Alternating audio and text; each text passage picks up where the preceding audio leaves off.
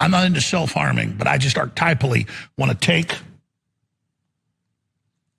this dagger and just cut a finger off right on air to show you how much I appreciate you and what you've done. Because giving up a finger to beat these people's nothing. You have changed the world. You have stood up against evil. You have turned the tide. And I salute you, and I thank you. And you've got that from the very bottom of my heart. You've got my full commitment, because you need to know in the universe there are real people. You need to know in the universe there's people like you who aren't evil, who don't serve Satan. That's why they all day say I'm an actor, all day say I'm a fake, all day say I'm a fraud with no evidence, because they know I didn't sell out to them. I don't know, there's some evidence that you're a fraud. You got us all hot and bothered about you cutting off a finger and then you chickened out, you wuss. Seems like kind of a fraud move, honestly. Kind of like an actor. Like you held it to your finger, but you didn't actually cut it off. You did what an actor would have done. He said dagger, but it looks like a switchblade, and I'm pretty sure he held it up to his finger so that the dull side was facing his finger as well. No, did he? I don't know. For the close shot, I think it was. Doesn't it look that? It could be double bladed. I don't know. You might be onto something though. Maybe it's double bladed. Who knows? Genitals, I don't care if you're black or white, are a third the size they were of a 1960s male. So the media makes jokes about that a few months ago when I gave the example of, you know, if your daddy's Johnson was a foot long, yours is 6 inches long. And if yours was 6 inches, your son will be 3 inches. And the one with them won't even have a penis. So we make jokes about that all day long, but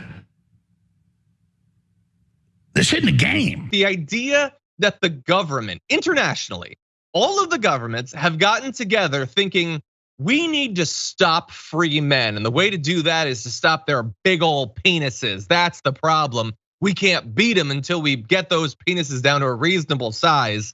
That's where it gets crazy. It's not that there can't be something in the water that has consequences.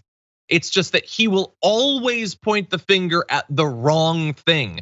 He will take his base, which gets fired up about something that might have a basis in truth, and he will turn it away from those who are actually responsible and send them at someone who has nothing to do with it. You understand that we lost the country because of Q?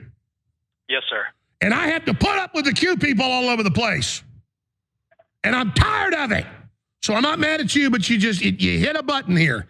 And the damn Q people were the ones that manipulated some people to go into the damn Capitol and worked with the feds. Q is the worst people on earth at the top. Q is the New World Order. Q is a psyop to lead us around by our noses. God, did I just become a fan of Alex Jones? He gets that QAnon is bad. I mean, he's totally wrong about why it's bad.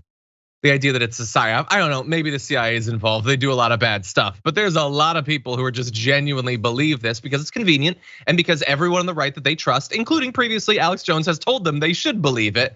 Donald Trump also, like, why doesn't Alex Jones seem to get this? Supportive of the QAnon theory. But anyway, yeah, as it is surprising to see him turn and not just like speak out against it, but get all fired up.